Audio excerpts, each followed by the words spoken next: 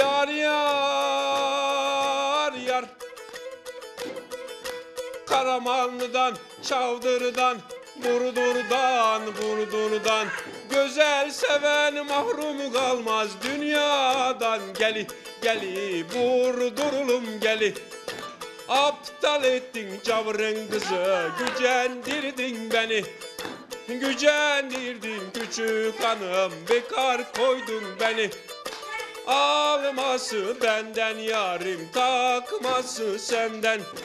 Elmas küpe benden şekerim, takması senden. Nerede kaldın cavrın kızı, ben ayrılmam senden.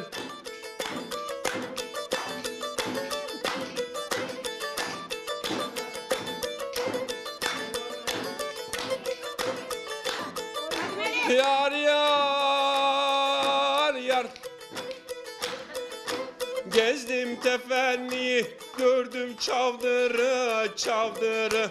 Bir yar için terk eyledim Sıla'yı. Geli Burdurlum geli, aptal ettin cavrın kızı, gücendirdin beni. Gücendirdin küçük hanım, bekar koydun beni. Alması benden yarim, takması senden. Elmas küpe benden şekerim, takması senden. Nerede kaldın cavrın kızı, ben ayrılmam senden.